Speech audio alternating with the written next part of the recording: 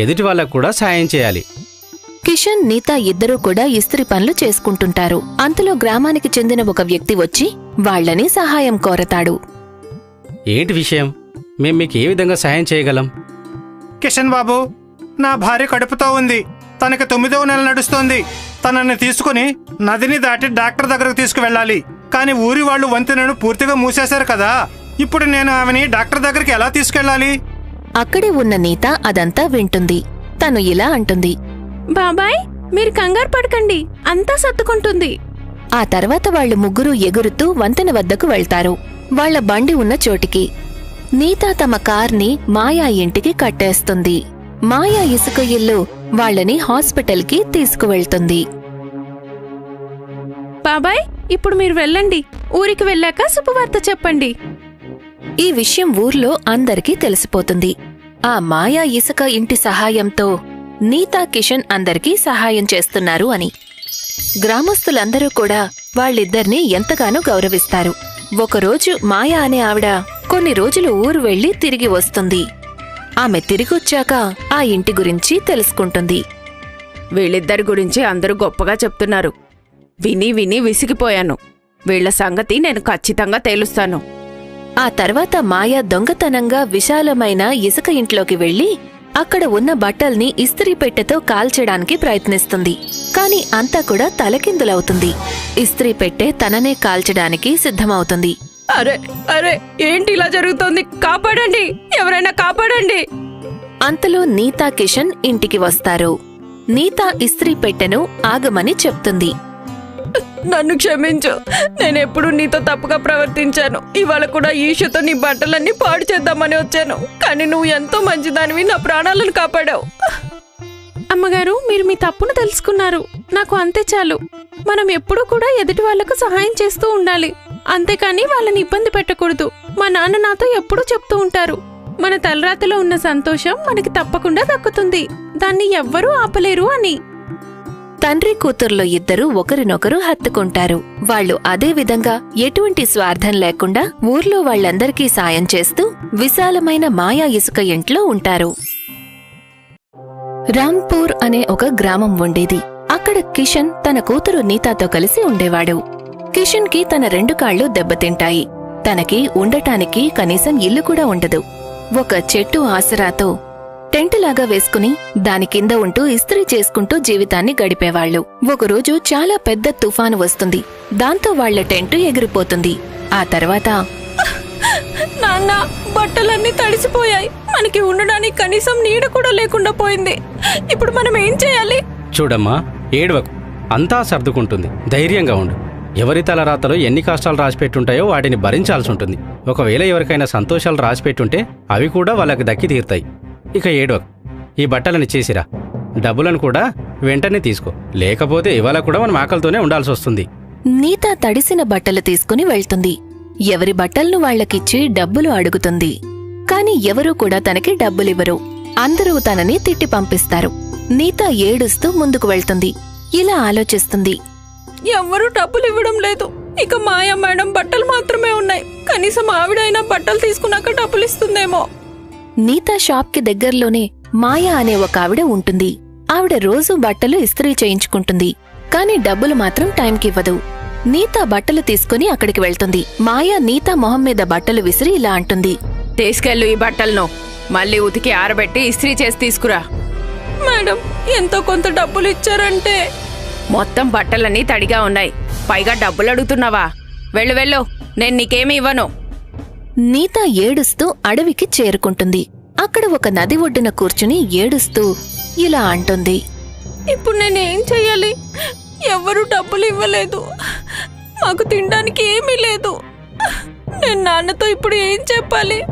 భగవంతుడా, నువ్వే ఏదైనా దారి చూపించు. నీతా కాసేపు అక్కడే కూర్చుంటుంది. అక్కడ ఉన్న ఇసుకతో ఒక చిన్న ఇల్లు తయారు చేస్తుంది. భగవంతుడు నిజంగా మాకు ఇల్లు ఇవ్వలేదు, ఈ మట్టితో అయినా ఇల్లు తయారు చేస్తాను. అప్పుడే నదిలో నుంచి బయటపడిన ఒక చేప మీదకి నీతా దృష్టి పడుతుంది. చేప కొట్టుకుంటూ ఉంటుంది. నీతా ఆ చేపను తీసి నీళ్లలోకి వేస్తుంది. అంతలో ఒక వెలుగు వస్తుంది. తన ముందు ఒక ఫెయిరీ ప్రత్యక్షం అవుతుంది. నీతా, నువ్వు నాకు సాయం చేసి నాకు శాపం నుంచి విముక్తి కలిగించావు. నేను ఒక ఫెయిరీని. శాపం వల్ల నేను ఒక చాపగా మారిపోయాను. నేను నీకు ఏమైనా ఇవ్వాలనుకుంటున్నాను. నీకు ఏమైనా కావాలంటే నువ్వు నన్ను అడగొచ్చు. చెప్పు, నీకేం కావాలి? నాకు ఉండడానికి ఇల్లు లేదు. నాకు ఒక ఇల్లు కావాలి. నీత అక్కడ ఇసుకతో కట్టిన ఇంటిని ఫెయిరీ గమనిస్తుంది. ఫెయిరీ ఆ ఇసుక ఇంటిని ఒక విశాలమైన పెద్ద ఇసుక ఇల్లుగా మారుస్తుంది. ఆ ఇంటిని ఎంతో బలంగా మారుస్తుంది. తను నీతాతో ఇలా అంటుంది. నీత, ఇది ఒక మాయా ఇల్లు. దీన్ని నువ్వు ఏమడిగినా అవన్నీ నీకిస్తుంది. ఇది గాల్లో ఎగురుతుంది కూడా. ఇందులో పెట్టిన వస్తువులు మాయా వస్తువులైపోతాయి. కానీ గుర్తుపెట్టుకో, ఎప్పుడూ వేరే వాళ్ల కోసం కోరుకో. అలా చెప్పి ఫెయిరీ మాయమైపోతుంది. నీత ఆ విశాలమైన ఇసుక ఇంటికి ఆదేశం ఇస్తుంది. నన్ను ఇక్కడి నుండి మా పాతింటి దగ్గరికి తీసుకెళ్ళు. గ్రామంలో అందరూ ఎగురుతున్న ఆ ఇంటిని చూసి ఆశ్చర్యపోతారు. నీతా తండ్రి కూడా ఆశ్చర్యంతో ఆ ఇంటిని చూస్తూ ఉండిపోతాడు. అంతలో అందులో నుంచి నీత బయటికి వస్తుంది. కిషన్ తనని చూసి ఇలా అడుగుతాడు. అన్నట్టు నీత, ఇంత పెద్ద మట్టిల్లు నీకెక్కడ దొరికింది? ఈ ఇల్లు అసలు గాలిలో ఎలా ఎగురుతుంది? నీత ఆ విశాలమైన ఇసుక ఇల్లు అలాగే ఫెయిరీ గురించి వాళ్ల నాన్నగారికి చెప్తుంది. నీత మాటలన్నీ విన్నాక కిషన్ సంతోషిస్తాడు. ఆ తర్వాత కూడా ఇద్దరూ ఎటువంటి స్వార్థం లేకుండా తమ ఇస్త్రీ పనులను చేసుకుంటూ ఉంటారు. ఇప్పుడు వాళ్ళిద్దరూ బట్టల కోసం ఎవరింటికి నడిచి వెళ్లడం లేదు. ఇంటితో పాటు ఎగిరి వెళ్లేవాళ్లు. నెమ్మదిగా ఇద్దరికీ కూడా పని ఎక్కువవుతుంది. అందరూ వాళ్ల దగ్గర బట్టలు ఇస్త్రీ చేయించుకుంటారు. ఇక ఒకరోజు, నాకు చాలా సంతోషంగా ఉంది. ఇప్పుడు కేవలం మనూరి వాళ్లే కాదు, పక్క ఊరి జనాలు కూడా మన దగ్గర ఇస్త్రీ చేయించుకోవడానికి వస్తున్నారు. నీత, నాకు కూడా సంతోషంగా ఉంది. మనం ఇదే విధంగా ఏమాత్రం గర్వం లేకుండా పనిచేయాలి. ఎదుటి వాళ్ళకు కూడా సాయం చేయాలి. కిషన్, నీత ఇద్దరూ కూడా ఇస్త్రీ పనులు చేసుకుంటుంటారు. అంతలో గ్రామానికి చెందిన ఒక వ్యక్తి వచ్చి వాళ్లని సహాయం కోరతాడు. ఏంటి విషయం? మేం మీకు ఏ విధంగా సాయం చేయగలం? కిషన్ బాబు, నా భార్య కడుపుతో ఉంది. తనకి 9వ నెల నడుస్తోంది. తనని తీసుకుని నదిని దాటి డాక్టర్ దగ్గరకు తీసుకువెళ్ళాలి. కానీ ఊరి వాళ్ళు వంతెనను పూర్తిగా మూసేశారు కదా. ఇప్పుడు నేను ఆమెని డాక్టర్ దగ్గరికి ఎలా తీసుకెళ్ళాలి? అక్కడే ఉన్న నీత అదంతా వింటుంది. తను ఇలా అంటుంది. బాబాయ్, మీరు కంగారు పడకండి, అంతా సర్దుకుంటుంది. ఆ తర్వాత వాళ్ళు ముగ్గురూ ఎగురుతూ వంతెన వద్దకు వెళ్తారు. వాళ్ల బండి ఉన్న చోటికి. నీత తమ కార్ని మాయా ఇంటికి కట్టేస్తుంది. మాయా ఇసుక ఇల్లు వాళ్లని హాస్పిటల్కి తీసుకువెళ్తుంది. బాబాయ్, ఇప్పుడు మీరు వెళ్ళండి. ఊరికి వెళ్ళాక శుభవార్త చెప్పండి. ఈ విషయం ఊర్లో అందరికీ తెలిసిపోతుంది. ఆ మాయా ఇసుక ఇంటి సహాయంతో నీతా, కిషన్ అందరికీ సహాయం చేస్తున్నారు అని. గ్రామస్తులందరూ కూడా వాళ్ళిద్దర్నీ ఎంతగానో గౌరవిస్తారు. ఒకరోజు మాయా అనే ఆవిడ కొన్ని రోజులు ఊరు వెళ్లి తిరిగి వస్తుంది. ఆమె తిరిగొచ్చాక ఆ ఇంటి గురించి తెలుసుకుంటుంది. వీళ్ళిద్దరి గురించి అందరూ గొప్పగా చెప్తున్నారు. విని విని విసిగిపోయాను. వీళ్ల సంగతి నేను ఖచ్చితంగా తేలుస్తాను. ఆ తర్వాత మాయా దొంగతనంగా విశాలమైన ఇసుక ఇంట్లోకి వెళ్లి అక్కడ ఉన్న బట్టల్ని ఇస్త్రీ పెట్టెతో కాల్చడానికి ప్రయత్నిస్తుంది. కాని అంతా కూడా తలకిందులవుతుంది. ఇస్త్రీ పెట్టె తననే కాల్చడానికి సిద్ధమవుతుంది. అరే అరే, ఏంటి ఇలా జరుగుతోంది? కాపాడండి, ఎవరైనా కాపాడండి. అంతలో నీతా, కిషన్ ఇంటికి వస్తారు.